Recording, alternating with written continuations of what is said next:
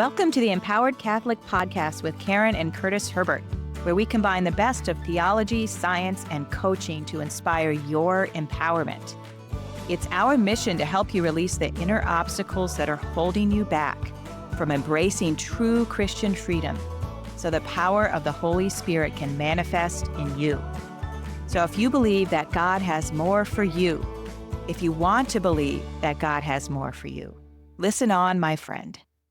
Hello, and welcome to the Empowered Catholic Podcast. You're here with Karen and Curtis Herbert. Hi, everybody. And Curtis, do we have a listener comment for this week? Yeah, Karen, a listener came up to me and said, I like it when you guys are kind of discovering something in the material and we're kind of there with you. And that's really cool. Oh, cool. That totally does happen. Excellent. Well, we've got a couple of really interesting episodes coming up. This is Holy Week, and next week is Easter week. We have a special interview waiting in the wings for you next week. So this week, we're going to set up the topic a little bit, and it's particularly applicable to Holy Week, Curtis, I believe. Absolutely. Okay. Now, Curtis has done some work to investigate the topic. He's found out some very interesting facts for us, and I'm super looking forward to learning all of this today as well. So I'm just going to turn it over to you, Curtis. Karen, what happened is I picked up Father Robert Spitzer's book, Christ, Science, and Reason, What We Can Know About Jesus, Mary, and Miracles. Ooh, well, that's pretty up your alley, Curtis, the science and reason and faith element. He has a lot about the science, and he looks at these various miracles and says, what can science tell us about the truth of these? And will that inspire us? Will it inspire other people? Will it be a great book to give to that particularly obnoxious uncle that's always asking real technical questions about miracles and stuff? Yes, it would. Yes, it would be. And there's a long chapter on the Shroud of Turin. Ooh, this is good. I don't know hardly anything about the Shroud of Turin. Well, let's talk about the Shroud of Turin today. And I remember in the 80s, my mom had a book on the Shroud of Turin, and she was very interested in it. And this is the burial cloth of Jesus. Okay. So it's a burial cloth. He was laid down on one side of it, so his back was on it, and then it was laid over the top of him. Okay. From head down to feet. And actually, we know now from all this work that Father Spitzer's documented that the head wrapping, which is also a relic that the church has, was taken off before the shroud was put on. Okay, so you're telling me that there were special burial cloths that they would wrap people in after they passed away, like one for the body and one for the head. Yeah. And this is the one for the body? This is the one for the body. He was laid on it. He was stripped. He was stripped for the crucifixion. He was laid on it, and then it was folded over on him. And the impressions from his body are on this shroud. So this is a relic that really it surfaced in France around 1350. There was a French nobleman, Geoffroy de Charnay, and his wife's ancestors were linked to one of the leaders of the Fourth Crusade. And so he said, hey, this is the burial cloth of Jesus. And there are a couple previous historical sightings, one in Edessa, one in Constantinople, and then, of course, Palestine. We know that from the scriptures. So, can I ask a quick question? Yeah. So why do they call it the Shroud of Turin? Is that someplace in France, Turin? Yeah, that's what we call it now because it was housed for a long time in a cathedral in Turin, Italy, starting at about 1578. Oh, okay. And it was moved there by a French nobleman. Anyway, but before that, it was in France, in modern history, if you will. And over the years, it was displayed here and there, or it was kind of trotted out on special occasions. And like a lot of relics of the Catholic Church, people would go, ooh, wow, they come and pray and they check it out. And it was all great. And when you look at this shroud, and it's almost 14 feet long, you can see the faint image of a face and of a body. And you kind of look at that and you go, wow, that's pretty cool. because it's kind of tan, and then the face is darker brown on that, as well as the body. But what happened is in 1858, there was this fella, Secundo Pia, and he took a photograph of the shroud. Okay, so prior to this, people would just sort of show up and they would see the cloth and this faint outline and somebody saying, this is the burial cloth of Jesus. Right. They knew that through tradition. Through tradition. And as Secundo developed the photograph in the darkroom, the negative image started to show a lot more detail, like vastly more detail than was visible to the plain eye. So that the image was enhanced, its contrast, its black and white was increased. And he started looking at it and he realized, well, there's a negative image of a human face and body on this shroud. And this really started to kick off a lot of interest. So what's the big deal about that? I don't really understand photography, so I don't get that. Well, two things happened. One is there was this incredible detail became obvious that nobody realized was there because it's just not visible to your naked eye. Okay. Because you're enhancing the blacks and the whites, right? You get the big contrast and the gray. I'm like, wow, there's all this detail. And secondly, it's a negative image, and artists don't usually paint in negative images. Like, it's not a thing before photography. Okay. And the alternative hypothesis to this being real, really the shroud of Jesus, is, well, there was a medieval forger that was probably operating in France around that time, 1350. There were a lot of relic forgeries. Okay. And you start to think, well, why would a forger make a negative image of a face and body in this thing? Like, what is that? That's a pretty strange idea to start with. Sure. And it's very like intriguing. From the 1300s. Yeah. Who would even come up with that? Yeah. Then starting in the 70s, Karen, there was a group of people that did a more scientific investigation. They used spectroscopy tools, they used photography, they used various other chemical tests, things that'll tell you about the chemical bonds and the fibers and so forth. And it was amazing what they learned. They learned that this wasn't a scorch technique. You look at the browned areas, you could think of like a wood carvers, they use those heated scalpel looking things. It wasn't scorching, because those kinds of scorches on this linen cloth, which is what it is, they fluoresce under certain conditions, but they weren't doing that. There's no paint on the shroud. There's no pigments. So if you go to Mount Vernon, to George Washington's house, they'll tell you, oh yeah, George Washington, he used these cranberries for the red and to make his blues. These are the pigments he used. But there's no pigments on the shroud. You can look at it through the microscope. You can look at through scanning electron microscopy. There's no paint. There's no binder. There's no brush strokes. If you look at a painting, you can easily see the brush strokes using many techniques. The fibers, they aren't clumped together. Like, there's no evidence of something that was in there and clumped the fibers and then perhaps dissipate. And this is really intriguing.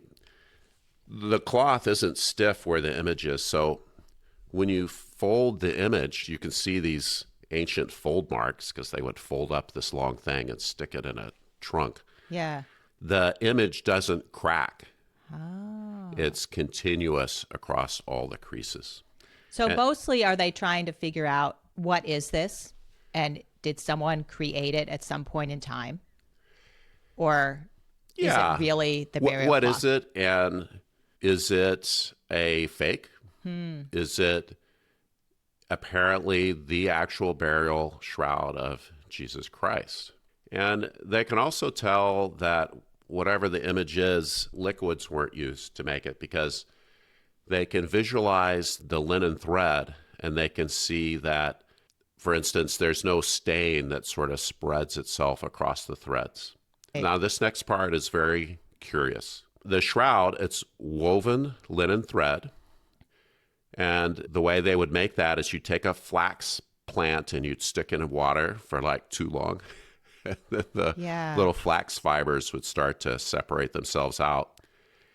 And one of those fibers, that's about 15 or 20 microns, which is plenty large for modern imaging techniques. And the individual fibers would be kind of combined together in threads to make about 100 fibers using just weaving techniques known in the old days. Now, they can look down at the fibers, the individual little flax pieces, and only the top one or two fibers in a thread were discolored. So imagine you have this thread, it's got 100 fibers, and only about the top one or two fibers are discolored, and those are what makes the image. Wow, I don't know how you would do that. Yeah, how could well, you do that? there's no technique used, certainly at that time, or modern for all I know, that would make such a thin image. And like we said, there's no liquid, there's no capillary actions. About the only way that anybody can think of making an image so thin and so precise is using some kind of radiation, because you can shoot a beam of light at something and just interact with the surface, and if it's a pretty dense material. Okay. And when you look at the fibers that have the image, you can use probably some kind of spectroscopy, but they could tell that, yeah, the chemistry had been changed. So the cellulose, it's got carbon, hydrogen, oxygen in certain arrangements. That was rearranged. So some of the carbons had become double bonded, and that shows up in spectroscopy. So that's how the image appears and how it was made. There's nothing in the medieval times that remotely resembles this. And as a matter of fact, I don't think there's anybody out there making images using techniques that result in this kind of condition. So you're telling me that this image is the result of some reformation of molecules on the very top fibers of the threads of the linen. Yeah, exactly. Something interacted with the thread to change the chemical composition. Wow, that's crazy. And it is crazy because it's not applied by liquid. Yeah. Because, again, it would affect more than just the surface of the fiber. There's no solids left hanging around. There's no clumps of this or that. So particle radiation is about the only thing people can think of that could possibly bombard that fiber, and the radiation particles, they would hit some of those bonds and change the chemical composition. Okay, Curtis, I know what did this. Are you ready? Okay, what? It had to be the ancient aliens. The ancient aliens. Like on the History Channel. That's They're right. everywhere. They're the answer for everything. I can tell Karen's ready for a vacation. Because when we go on vacation, we watch vacation TV. Yeah, we watch Ancient Aliens and we laugh at it. So, sorry, you can cut that part out if you want. Yeah. Yeah, that's fine. Well, but pursuant to the alien theory, the first two fingers of the hands are unnaturally elongated in the shroud. How about that? In the image, Yeah. the first two fingers Of each hand.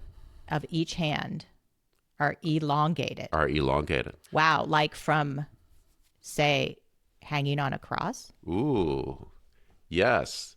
In fact, it's not ancient aliens. It can be explained by how Jesus was crucified. And another remarkable thing about the shroud is that there's this incredible three-dimensional information that can be backed out. You can take a photograph and maybe get some three-dimensional information. Think about like a photo of a landscape from up on high. Now, it might be hard to know the relative elevations of everything on the landscape, but in the shroud, the density of the, I can't use the word pigment, but the image has different levels of darkness, and how dark it is corresponds to the elevation. Wow. Yeah, so that's how they back out the three-dimensional information.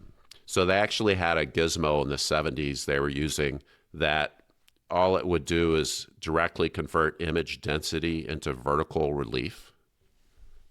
You have to explain that to me. Yeah, well, Sorry. It just meant that they would put an image into this gizmo and it would say, okay, the blackest black is the bottom and the whitest white is the top, and everything in between is a corresponding height. Oh, okay. So get a 3D information from a photograph or something. Well, they put photographs in and they get garbage back because your normal photograph, the density of the darkness doesn't correspond to a height. Oh. It's just, your normal shadows and stuff. Yeah.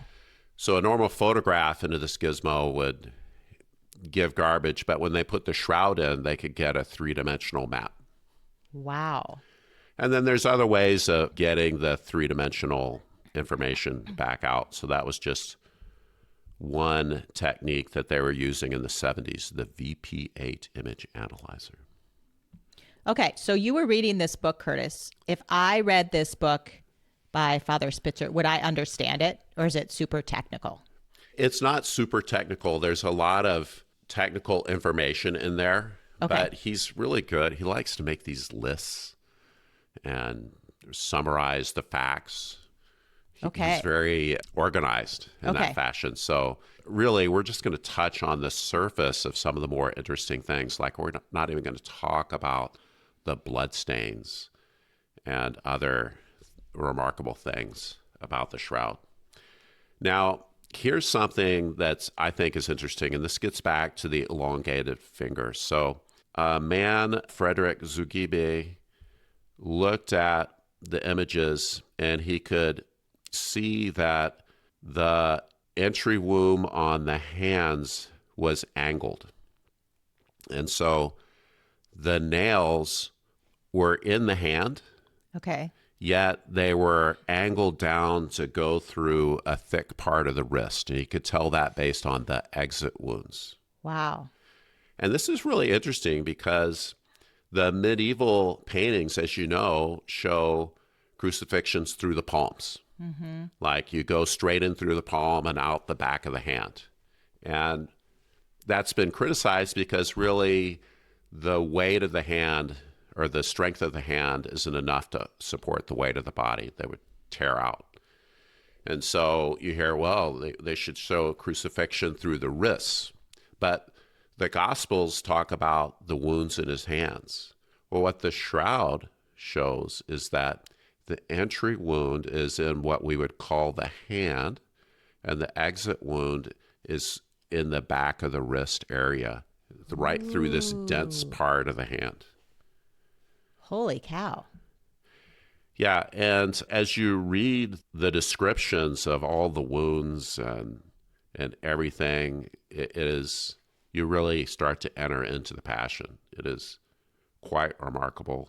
He had a dislocated shoulder, apparently. This goes back to the fall. They think that there's a certain way of getting a blow on your shoulder that will create some paralysis in your upper body. And that's probably why the legionnaires had to press somebody in to carry the cross. Like that part of his body wasn't doing a good job of being mobile. So anyway, another detail is, and you just got to think about, like you're some forger in, the Middle Ages. Trying to recreate. How are you gonna recreate this stuff using techniques that we don't even understand today? And how would you know all this stuff about the anatomy of the crucifixion? Here's the entrance wound. Here's the exit room. They can also tell that there were two legionnaires doing the whipping, and they're right-handed.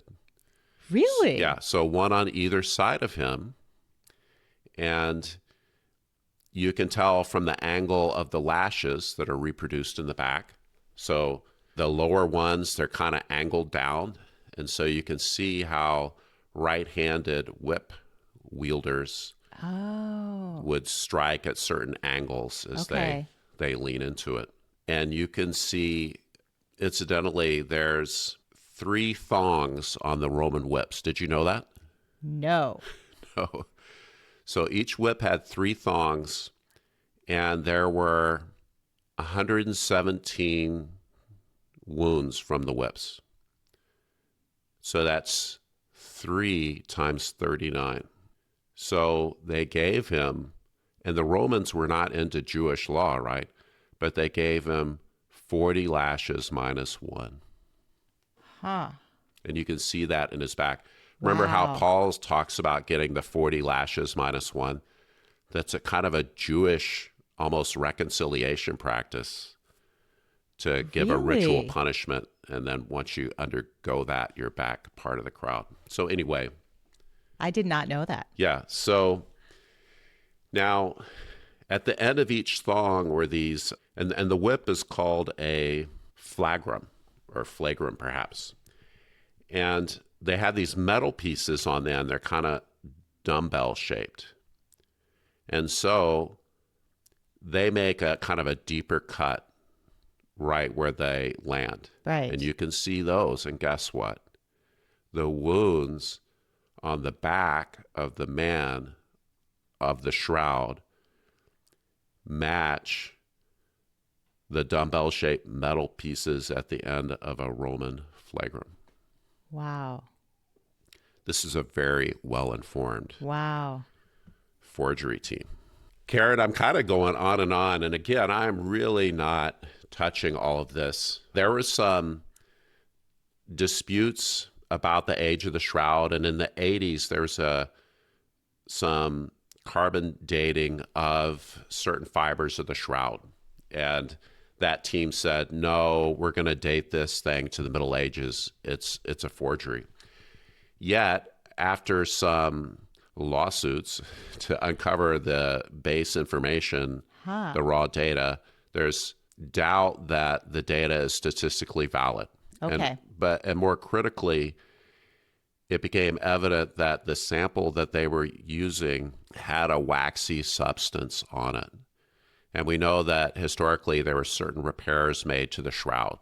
Okay. And the kind of wax, it's just that is sort of a Middle Ages way of treating linen. And that was what was used for the repairs, because where the image is, we know that there's no wax, there's no solids, there's no pigments. So that data has been debunked. Okay. And there's other dating methods that have been used that support the traditional Catholic view of this being the burial shroud of Jesus. And Father Robert Spitzer's got all that information. But that's not what I wanted to finish with. Well, I'm fascinated. I'm going to go read this book, Curtis, just from listening to you. I don't even need to hear Father Spitzer talk. Yes, you do. Because he is charming, engaging, and talks really, really fast. He's So a very I need interesting to guy. get my Father he's Spitzer exciting and experience. energetic. You don't want to miss that. Okay. It's coming next week, everyone, so don't miss it. We have to talk about the pollen grains. So I'm not going to let you go without the pollen grains. Ooh, do. Well, this is Sounds very fascinating. alien-like to me. This is like that forensic show on TV, CSI. Oh, yeah. Or, well, is that what it's called? Yeah. I think so. And there was a forensics guy that said, let me see this shroud. And he started looking at the pollen grains in the shroud. Because, Karen, the pollen grains don't lie. They tell you where you've been, what you've been doing, who you've been hanging out with. He found that 75% of the pollen grains were from Palestine, Okay. suggesting that wherever it had been, it spent a lot of time there, perhaps a majority of time. 13 species of the pollen grains were unique to Palestine. 20 of the species were found in Turkey, and 4 species of pollen grains were found around Constantinople. And the ones in Turkey and Constantinople are not found in Central and Western Europe. What this means is that the shroud spent a lot of time in Palestine, and it definitely was in Turkey and Constantinople. And these are exactly the places where our historical records say the shroud was. So that's a pretty tall order to create a medieval forgery with the right pollen grains. I would say so. It's just crazy. So it really shows the origin of the shroud is firmly pointing to, especially to Palestine. So would you say, and I'm not expecting you to know this or anything, but like, was there an oral tradition handed down with the shroud, or is there, where the historical records that, Christians may have kept come from? I don't know what the people that handled the shroud were telling each other. Plainly, when it showed up in France, they believed it was the burial shroud of Jesus. That oral tradition was continuous. There was according to Father Spitzer, there was a Roman emperor that laid siege to Edessa in Turkey to get it in 943. Really? Yeah. And there's pollen grains from that region. Okay. And also, it was reported by one of the people in the Fourth Crusade to have been on display at the Church of St. Mary in Constantinople. Wow. And that's pretty much, and that was in 1204. So that's pretty much what the historical record shows. Okay. Well, I have to say, Curtis, you've certainly primed the pump for me to tune in next week and listen to Father Spitzer and to check out his book. Is it Christ, Science, and Reason? Yes, you can find it on Amazon or Ignatius Press, and we'll have links in the show notes. You can go to empoweredcatholics.com and look for the podcast tab and start to find information, or there's many ways to reach us if you go to that site. Okay, perfect. Well, this is really going to be a nice meditation and reflection for me during this special Holy Week. So thank you for being with us, listeners. We are looking forward to our interview with Father Spitzer next week, Easter week. Don't forget, we have a Empowered Catholic Weekend, Empowerment Weekend, Leadership Weekend coming up, April 25th through 27th. There's still a few spots left. If you go to empoweredcatholics.com, you can hit a link and it'll tell you all the details, or reach out to us for more information. Thank you for being here with us this week.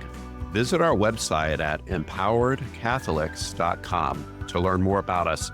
And remember, as Pope Francis says, God comes to break open everything that keeps you closed in.